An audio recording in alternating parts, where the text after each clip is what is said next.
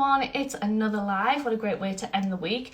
And I'm going to be talking with Dr. Gemma, or just Gemma I guess, from Our Muslim Homeschool. We will be talking about how faith and home education intersects, but that doesn't mean that if you define yourself as a secular homeschool family or home ed family that you should switch off, but rather that it might be even more important for you to watch. I define myself as a secular homeschooler, even though I'm a Christian too, so I know that can seem contradictory, but the only way we can learn and grow and build community is if we talk to people that are different to us and might have different viewpoints. So even if you are not a family of faith, then definitely keep watching.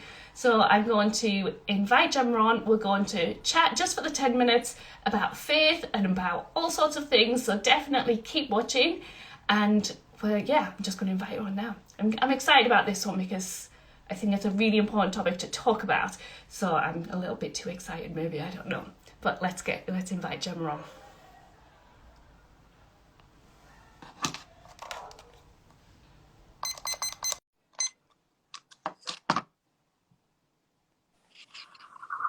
Hi! Hello! That's a bit better. How are you? I'm fine, thank you. It's nice to meet you in as much in the flesh, I guess, as we can. In person, yeah. Yeah. How's your day gone today? Yeah, it's been good. How about you? Yeah, we had my parents visit, so we call it a bonus birthday if they have like an extra birthday celebrations after their birthday. So for one of my kids' bonus's birthday, so it's very exciting. But it does mean that they didn't go to bed very easily because they just, yeah. Well, you're lucky. Your kids have gone to bed. Yes. Mine are still all awake. All of them. All four. All of them. I think I think mine are younger than yours, so I've got a few years yet, hopefully, where they'll still be in bed on a Friday at 8 p.m. But anyway, tell us about yourself first, and then we'll start the timer and we'll get straight into our talk about faith. Brilliant. So my name's Gemma, as you said. I'm a homeschooling mum of 4. We live in Liverpool, and we've got kids from 2 through to 12. And I'm also the founder of the award-winning blog, Our Muslim Homeschool, and I've got a podcast called Raising Mums. Brilliant. There's a big long list in your bio of all the things you've achieved. So I think people should definitely head over there. I know you've got a lot of good stuff going on, which if we've got time, we can chat about at the end. But I'm going to start the timer now. 10 minutes to talk about faith and maybe some big questions as well, but I think we can manage it. So here we go. The time has started now. So first of all, I know that it can be hard to define kind of where faith ends and home ed begins because it isn't something that can be compartmentalized. But can you just chat a little bit about how your faith impacts your home ed, maybe on the bigger picture and on the kind of the miniature of the day-to-day as well? Yeah, that's a great question. Like you said, we don't compartmentalize our faith. And I think as home educators, we can really grasp that really well, because when it comes to the other areas of learning, most of us don't compartmentalize. You know, we do our science, and then we might pull in a little bit of maths to do with that, and then we'll pull out the atlases and do a little bit of geography to do around that topic, and we'll all head over to the sofa and snuggle and read a library book about that topic, and we've covered a whole variety of subjects there. We're not compartmentalizing it. Yeah. So we're sort of weaving in all the subjects together. So faith for us as well, it very much is woven into everything that we do. It seeps into everything. It's our day, it's our way of life.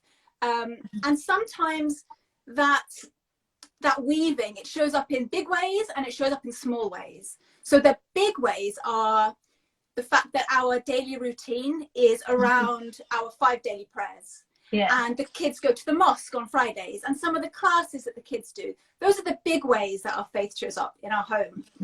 But there are also small ways, like these very small, seemingly insignificant moments that add up to what I hope will be a very meaningful experience. And I'll give you an example of that. You know, we had the heat wave recently. Yeah. And with the kids were really excited because they could see the stars at night because the sky was clear. So I gave them the idea. They thought it was their idea. It wasn't. I gave them the idea to sleep outside at night, the older boys. Yeah. I said, why don't you sleep outside tonight? And they took that idea and they ran with it. And they got their tarpaulin out. They were sleeping out under the stars. And, you know, they're boys and they're young boys. So they were messing about a lot. Yeah. And, you know, they did sleep a bit.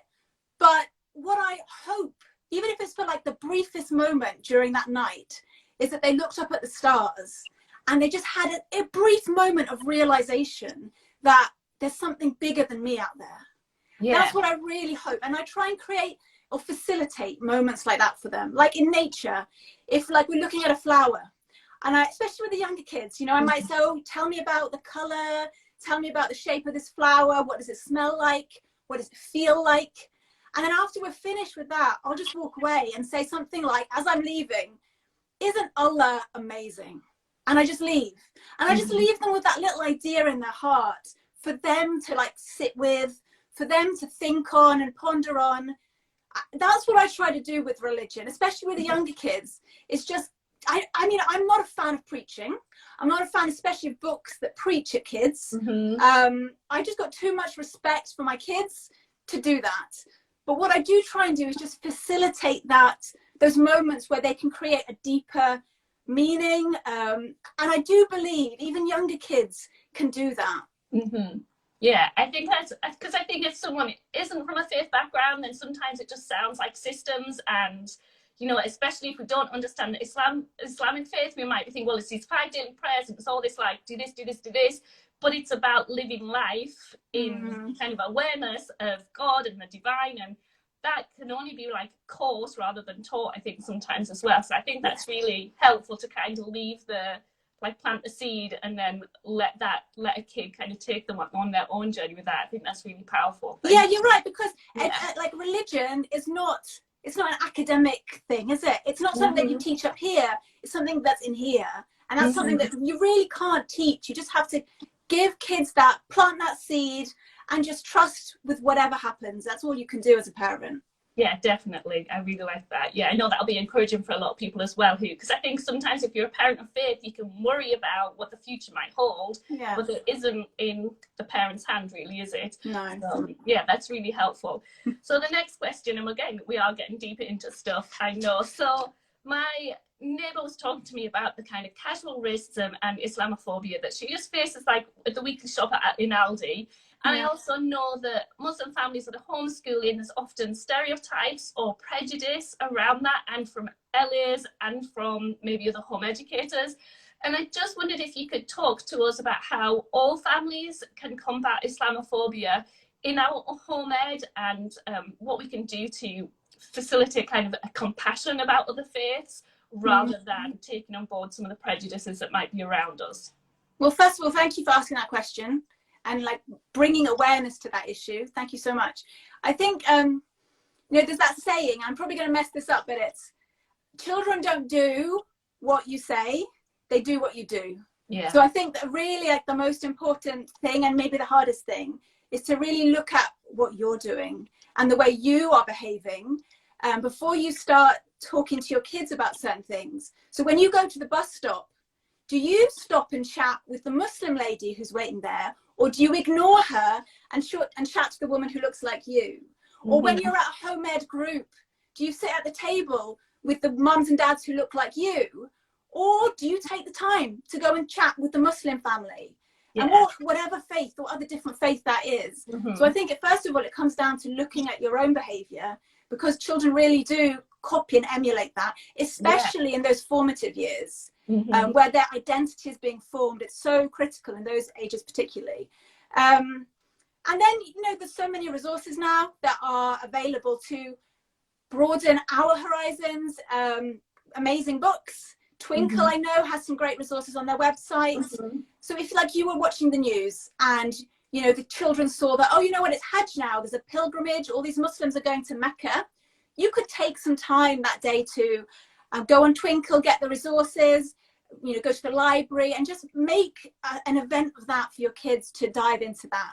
And again, back to the books, you know, diversify your library at home. Make sure you have books that are written by people of different faiths to your own, or where the main protagonist is somebody who's different from you, who looks different from you. That can be a very powerful thing. And that, you know, I'm really grateful that kind of literature is really growing nowadays. There's a growing awareness of that. So that's fantastic. It is. I think it's really interesting you said about the bus stop, because my kind of own unlearning was, we moved to Bradford, which has a much bigger Muslim population than where we were before. And I was thinking, how do I like interact with someone at the bus stop when I can't see if they're smiling or not. Like I just have this like, well, will I be able to connect with other mothers and so on? And yes, one, Muslim mothers are always up for talking, and I've never had a problem in a bus stop talking to someone. And also we now, like COVID has taught us, we can tell exactly what someone's thinking, whether they're for half their face is covered or not. And it's been like the most welcoming group of women that I've actually like interacted with in the home ed world. And then now I can ask them like, what books could we read, or like, am I allowed to say like auntie, or like I ask them all the awkward questions because they're my friends now and they don't mind me kind of putting my foot in it a little bit. So I really like that we've got a bit of unlearning to do, even if we don't think we have those prejudices. Sometimes we can be nervous, I guess, of doing it wrongly, but it's the doing it, I think, that's important. Exactly. Yeah. Do you have any lists of resources or books on your website and so on? I presume. Yeah, I mean, I do have a book list there that you could head over and download, and I can give you a couple of names here. So if I mean, I think the best books that appeal to all ages are picture books. I don't know. I'm a big fan of picture books in general. Picture books I love because they will appeal to the youngest right through to teenagers if they're well done. So if you want to learn about Ramadan, there's a book called Layla's Lunchbox, which I love. There's a book about Hajj, which is called Yan's Hajj. There's a book, if you don't want a religious one, but you would like a book that has a Muslim protagonist, there's a fabulous book called The Librarian of Basra, which is a true story about this amazing woman in Iraq who, during the bombing there, she rescued all the books from the library and hid them in her house and various places around so that those books were saved during the bombing. So that's a fantastic book as well. You know what, if you'd like, I can come back afterwards when this goes as a post and I can put those titles in the comments. That would be amazing. Thank you.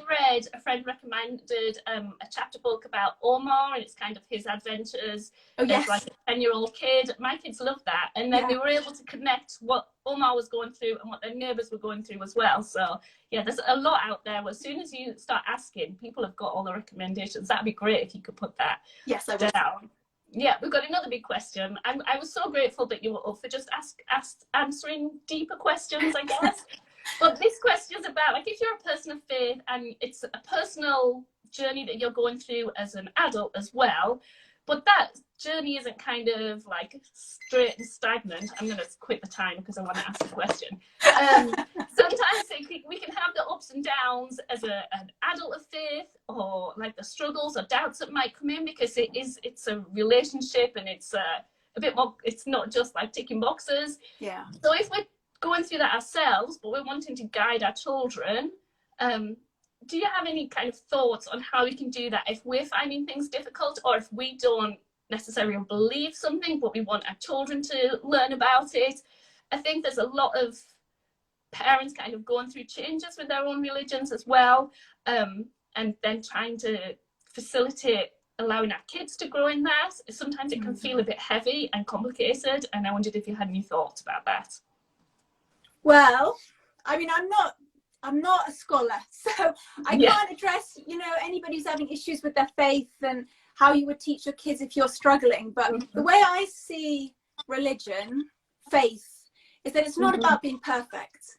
That is, your goal is not to be perfect, the perfect Muslim, the perfect Christian, but then that's never going to happen, is it? Your goal in all of this is just to grow, to do your best, to try your hardest, and for your children to witness that, every day, seeing their mum really trying, seeing their mum trying to be a better person, seeing their mum, when she struggles, when she falls down, she prays, she finds comfort in prayer or whatever it is.